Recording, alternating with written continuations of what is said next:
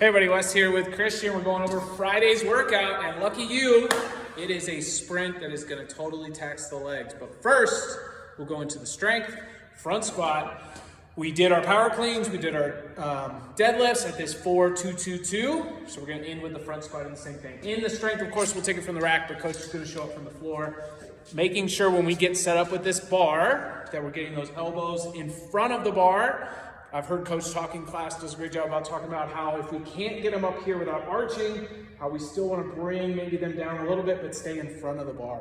That becomes really important as we sit our hips down and back into our squat. Go ahead, coach.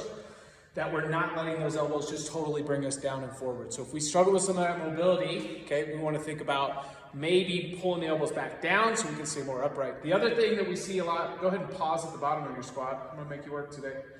When you come up, don't let the butt just shoot up first. Because a lot of times, maybe we don't have those issues, right, with those shoulders, but we tend to exaggerate it when we go butt up first.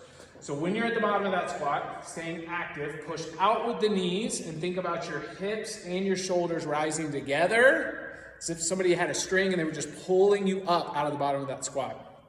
Okay, thank you, coach. You can set that down. But we're gonna have 4, 2, 2, and 2 building on that throughout the strength. We then go into 2 rounds. This is our sprint workout. It is a 10-minute half. Okay, 35 box jump overs followed by 20 back squats. So all legs, and it's meant to go fast. For the 35 box jump overs, your fastest version is going to be to try to go with a lateralist jump, hop off, and come right back over. But this is a huge set of 35, so probably the most sustainable way to do this is going to be to jump up. You don't have to stand up all the way, turn, step off, and right when you step off, no falling, coach, right when you fall off, or step off, you're then going into your next jump, okay? So you need to pace yourself smart on this, okay? I have a feeling I'm going to try to sprint all 35 and be dead for my squats. We then go to the bar for our back squats. We're going to take this bar from the ground.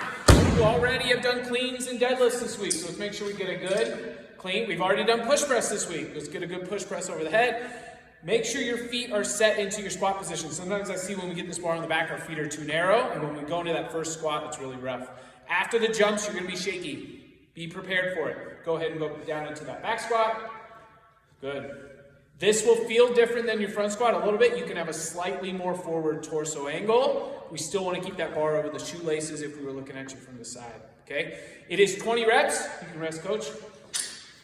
20 reps. 2 sets max, but honestly, I would try to pick a weight where you could do all 20, even if you're resting here for a few seconds and not having to bring that bar back down to the ground. That's really going to get exhausting.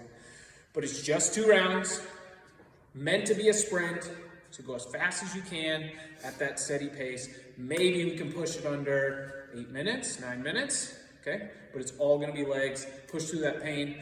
For the finisher, it says optional, but you should do it.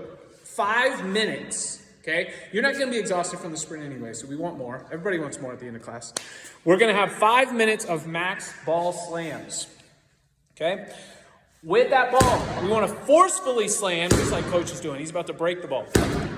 The other thing is, if coach will turn to the side a little bit, is if we're starting at the bottom, if he does a rep where he's just muscling it up with his arms and not really forcefully extending the hips, this ends up really taxing those biceps and just kind of picking up the ball there. It can really help if you think about like when we clean and we open up those hips, doing the same thing with the ball to get it overhead.